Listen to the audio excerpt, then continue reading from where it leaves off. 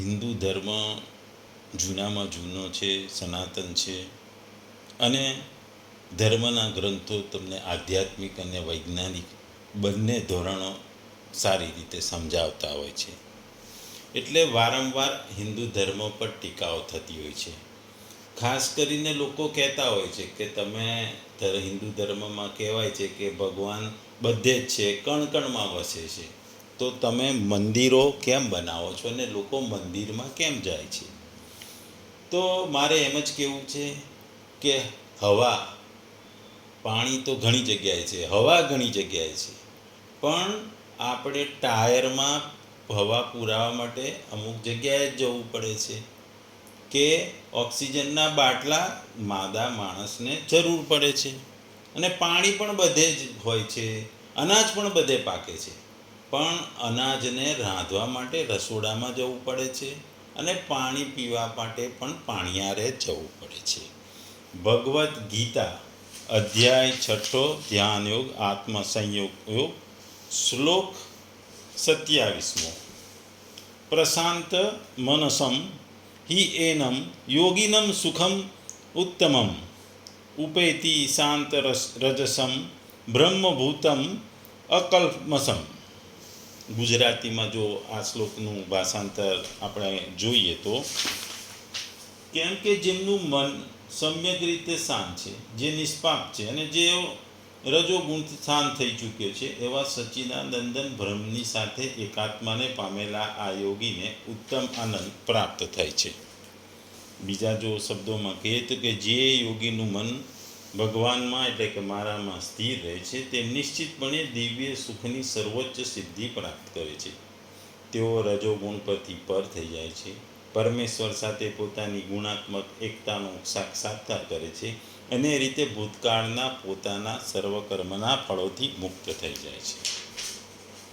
સામાન્ય રીતે હિન્દુ ધર્મ અને સામાન્ય લોકો સુખની પ્રાપ્તિ હોય છે, સુખની ઈચ્છા હોય છે.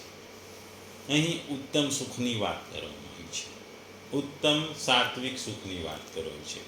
ભૌતિક ઈચ્છાઓમાં પણ લોકોને સુખ મળતું હોય છે, પણ એ સુખ ટેમ્પરરી હોય છે, ક્ષણિક હોય છે, એ કાયમનું નથી હોતું.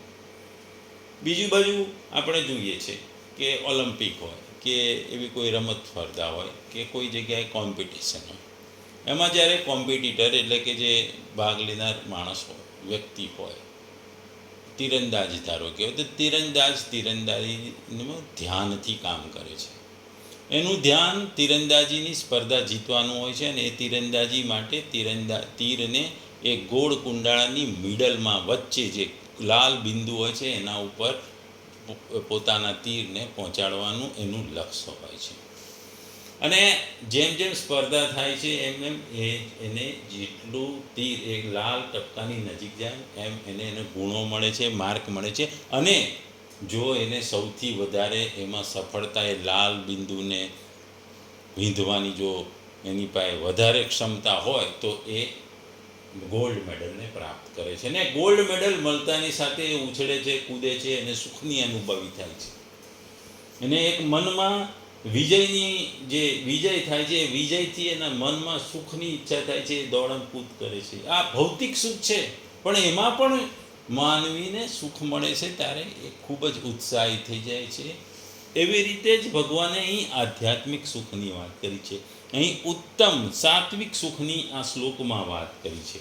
ભગવાને કીધું છે કે જે નિષ્પાપ છે, જેનો રજોગુણ શાંત થઈ ગયો છે, અકલ્મષમ એટલે કે જે નિષ્પાપ છે, શાંત રજસમ એટલે જેનો રજોગુણ શાંત થઈ ચૂક્યો છે, પ્રશાંત મનસમ જેનું મન સમ્યક રીતે શાંત થઈ ગયું છે, એનમ એટલે આ બ્રહ્મભૂત બ્રહ્મરૂપ બનેલા યોગીનમ યોગીને હિ ચોક્કસ ઉત્તમમ એટલે ઉત્તમ સાત્વિક સુખમ સુખ ઉપેતી પ્રાપ્ત થાય છે.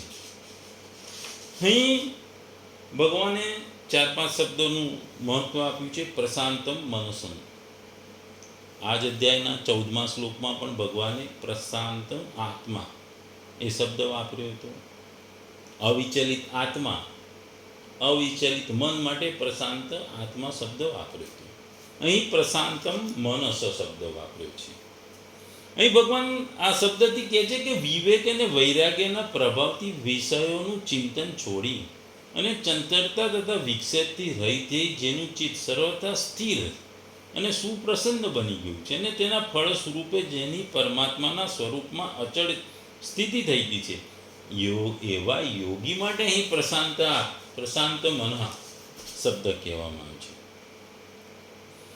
બીજું ભગવાન આગળ કહે છે કે પ્રશાંત કહેવાનું તાત્પર્ય એ છે કે ધ્યાન યોગી જ્યાં સુધી મનને પોતાનું માને છે ત્યાં સુધી મન અભ્યાસથી તો શાંત થઈ શકે છે, પરંતુ પ્રશાંત તથા સર્વથા શાંત થઈ શકતું નથી.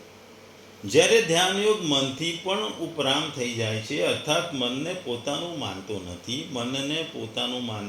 એના ઉપર એનો અધિકાર માનતો નથી અને એના મનથી એ પોતાને વિખોટો કરે છે, સંબંધનો વિચ્છેદ કરે છે, ત્યારે મનમાં રાગ દ્વેષ ન હોવાથી તેનું મન સ્વાભાવિક રીતે એકદમ નિર્મળ શાંત થઈ જાય છે. એટલા માટે અહીં પ્રશાંત મનસમ શબ્દ વાપરવામાં આવ્યો છે. બીજું અહીં ભગવાને આગળ અકલ્મષમ આપણે આ કીધું એમ ગુજરાતીમાં જે નિષ્પાપ છે, મનુષ્યને અધોગતિમાં લઈ જનારના જે તમોગુણ અને તમોગુણના કાર્યરૂપ પ્રમાદ, આળસ, અતિનિદ્રા, મોહ, દુર્ગુણ, દુરાચાર જેટલા પણ દોષો છે તમામ સમાવેશ કલ્મષમ શબ્દમાં થઈ જાય છે. કલ્મષ અર્થાત પાપથી જે સર્વતા રહી છે તે અકલ્મષમ છે. સકામ પુણ્યનો કર્મનો અભાવ શાંત રજ સંપદમાં આવી જાય છે, તેવી જ રીતે અકલ્મ સંપદથી પાપ કર્મનો અભાવ થઈ જવો એવું માનવામાં આવે છે. અહીં શાંત રજસમ શબ્દ વાપર્યો છે. આસક્તિ, કામના, લોભ, ઈચ્છાઓ, તૃષ્ણા, સકામ કર્મ, સ્પૃહા આ બધાની ઉત્પત્તિ રજોગુણથી થાય છે અને આ બધા જ રજોગુણને વધારે પણ છે. તેથી મનુષ્ય આ બધાથી રહિત થઈ જાય એના માટે શાંત રજસમ પદ છે. ચંચળતા રૂપી વિક્ષેપ પણ રજોગુણોનું જ કાર્ય કરે છે, પણ તેમનું વર્ણન પ્રશાંતમ મનસમમાં આવી ગયું છે, તેથી અહીં ફરી કરવાનો મતલબ નથી. એટલે જેનો રજોગુણ અને રજોગુણનો લોભ, પ્રવૃત્તિ, નવા કર્મો સાથે જોડાવું, અશાંતિ, સ્પૃહા, ઈચ્છાઓ એ વૃત્તિઓ શાંત થઈ ગઈ છે, બંધ થઈ ગઈ છે, એવા યોગીને અહીં શાંત રજસમ કહેવામાં આવ્યો છે. તમોગુણ, રજોગુણ તથા તેમની વૃત્તિઓ શાંત થવાથી જેમનું મન સ્વાભાવિક રીતે શાંત થઈ ગયું છે, જેની તમામ પદાર્થો તથા સંકલ્પો, ઈચ્છાઓ, વિચારો ઉપરથી પણ ઉપરથી થઈ ગઈ છે, એવા સ્વભાવવાળો યોગી માટે અહીં પ્રશાંત મનસમ કહેવામાં આવ્યું હતું. અહીં આગળ ભગવાને બ્રહ્મભૂતમનો શબ્દ વાપર્યો છે. બ્રહ્મભૂતમનો સાચો અર્થ શું છે કે હું દેહ નથી, હું સચ્ચિદાનંદન બ્રહ્મ છું. આ પ્રકારનો અભ્યાસ કરતાં સાધકની સચ્ચિદાનંદન પરમાત્મામાં દ્રઢ સ્થિરતા થઈ જાય, મન લાગી જાય. એટલે આ પ્રમાણે અભિન્ન ભાવથી બ્રહ્મમાં સ્થિત થઈ ગયેલો મનુષ્ય માટે અહીંયા બ્રહ્મભૂત શબ્દ કહેવામાં આવે છે. આ ભૂતમ પદ સાધકનું વાચક છે અને સિદ્ધ પુરુષનું પણ છે. બ્રહ્મભૂતમ પદ ઉચ્ચ કોટીના અભેદ માર્ગીય સાધક માટે છે. આવા સાધકના રજોગુણ તથા તમોગુણ સંપૂર્ણ શાંત થઈ ગયા હોય છે, પણ તે ગુણોથી સર્વથા પર અર્થાત અતીત થયો હોતો નથી. તે પોતાની દ્રષ્ટિએ તો બ્રહ્મના સ્વરૂપમાં છે, પણ ખરેખર તે બ્રહ્મને પામેલો હોતો નથી. આ પ્રમાણે બ્રહ્મના સ્વરૂપમાં દ્રઢ સ્થિતિ થઈ ગયા પછી તત્વજ્ઞાન વડે બ્રહ્મની પ્રાપ્તિ સિદ્ધ થઈ જાય. આ કારણે આગલા શ્લોકમાં પણ આ સ્થિતિના ફળનું આત્યંતિક સુખની પ્રાપ્તિ એ બતાવવામાં આવ્યું હતું. આ આત્યંતિક સુખની પ્રાપ્તિ એ જ બ્રહ્મની પ્રાપ્તિ છે. અહીં ભગવાને ઉત્તમ સુખની પ્રાપ્તિ કહેવા માટે સુખમ ઉપૈતી કહેવાનું વાપર્યું છે.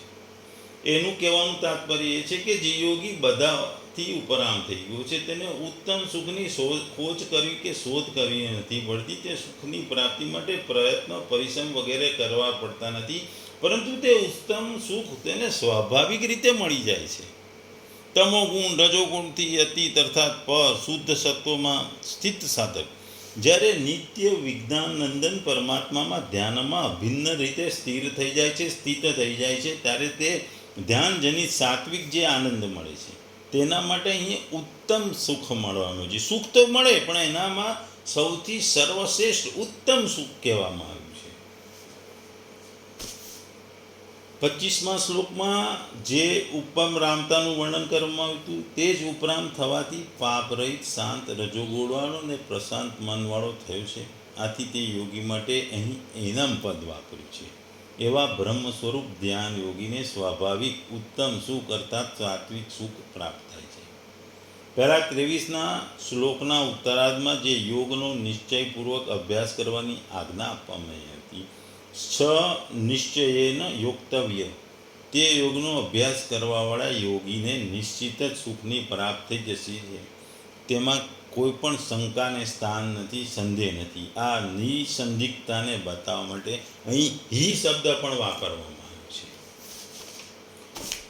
ટૂંકમાં જે આગળના 24મા અને 25મા શ્લોકમાં જે ધ્યાન યોગની ઉપરતીનું વર્ણન કરવામાં આવ્યું હતું, એ ઉપરતીની પછી તેની અવસ્થાનું વર્ણન કરી તેના સાધનનું ફળ આ 27મા શ્લોકમાં અને હવે પછીના 28મા શ્લોકમાં ભગવાને કીધું છે. ટૂંકમાં જો આ શ્લોકમાં ભગવાનનો કહેવાનો અર્થ કહીએ, માનીએ કે જેનો રોગ શાંત રાગ શાંત થઈ ગયો છે, એવા પાપ મુક્ત, બ્રહ્મરૂપ અને પ્રશાંત મનવાળા આ યોગીને ખરેખર ઉત્તમ સુખ પ્રાપ્ત થઈ જાય છે. જેનો રાગ શાંત થઈ ગયો છે, જેનું મન સંપૂર્ણ શાંત છે, જેના પોતાના તમોગુણ રજોગુણ શાંત કર્યા છે, જેમાં સતોગુણ જ વધ્યા છે, સતોગુણ જ છે, જેણે સર્વ પ્રકારની આસક્તિને નષ્ટ કરી છે, જેણે આત્મજ્ઞાન મેળવ્યું છે, આમ જે જીવન મુક્ત બન્યું છે, બધું જ બ્રહ્મ છે એવું જેને લાગે છે, જે નિર્લેપ છે, એટલે કે જેને ધર્મ અને અધર્મ કે ઇષ્ટાનિષ્ટાનો સ્પર્શ નથી થતો, એ એવો પરમયોગી. એટલે પરમયોગી એટલે કે શાશ્વત, વિશુદ્ધ અને નિરંતરાય આનંદ પ્રાપ્ત થાય છે. અત્યંત વિશેષ સુખની પ્રાપ્તિ થાય છે, ઉત્તમ સુખની પ્રાપ્તિ થાય છે. ટૂંકમાં ભગવાન આ શ્લોક દ્વારા ધ્યાન યોગની જે સફળતા છે, જેનું પરિણામ છે, એ પરિણામની એક વસ્તુને અહીં વર્ણવે છે. જ્યારે વ્યક્તિ ધ્યાન યોગમાં સફળતાની તરફ પહોંચે છે, જ્યારે એનું મન પરમાત્મામાં સંપૂર્ણ સ્થિર થઈ જાય છે, જે તમામ પાપોથી જે નિષ્પાપ છે અને જેના તમામ ગુણો, રજોગુણો, તમોગુણો શાંત થઈ ગયા છે કે છે નહીં, અને જેનું મન એકદમ નિર્મળ, સ્વચ્છ અને શાંત થઈ ગયું છે, આવા યોગી બ્રહ્મરૂપ બનેલો હોય છે અને એને હંમેશ ઉત્તમ સુખ થાય છે. ચોક્કસ શબ્દ એટલે કે ઉત્તમ સુખ એને મળે જ છે. ટૂંકમાં કે તમારે પરમાત્મામાં મનને સ્થિર તો કરવું પડે, પરમાત્માનું અભેદરૂપી ધ્યાન કરી અને બ્રહ્મભૂત યોગીની સ્થિતિ લેવી પડે, ને આ બ્રહ્મભૂતમ યોગીની સ્થિતિ મળે તો તમને પરમ આનંદ મળે, ઉત્તમ આનંદ મળે. એની વાત છે. જીવનમાં સુખ સૌને જોઈએ છે, સુખ માટે જ દુનિયા ચાલતી છે. અહીં ભગવાન સુખનામાં પણ ઉત્તમ સુખની વાત કરે છે, જે મનુષ્યને આધ્યાત્મિક માર્ગે ધ્યાન યોગની સિદ્ધિથી મળે છે. એની વાત ભગવાને ઉત્તમ સુખની કરી છે. સુખ સૌને જોઈએ છે, સુખ વિનાનો સંસાર સૂનો લાગે છે. એટલા માટે અહીં ભગવાને આધ્યાત્મિક ઉત્તમ સુખ આનંદની વાત કરી છે.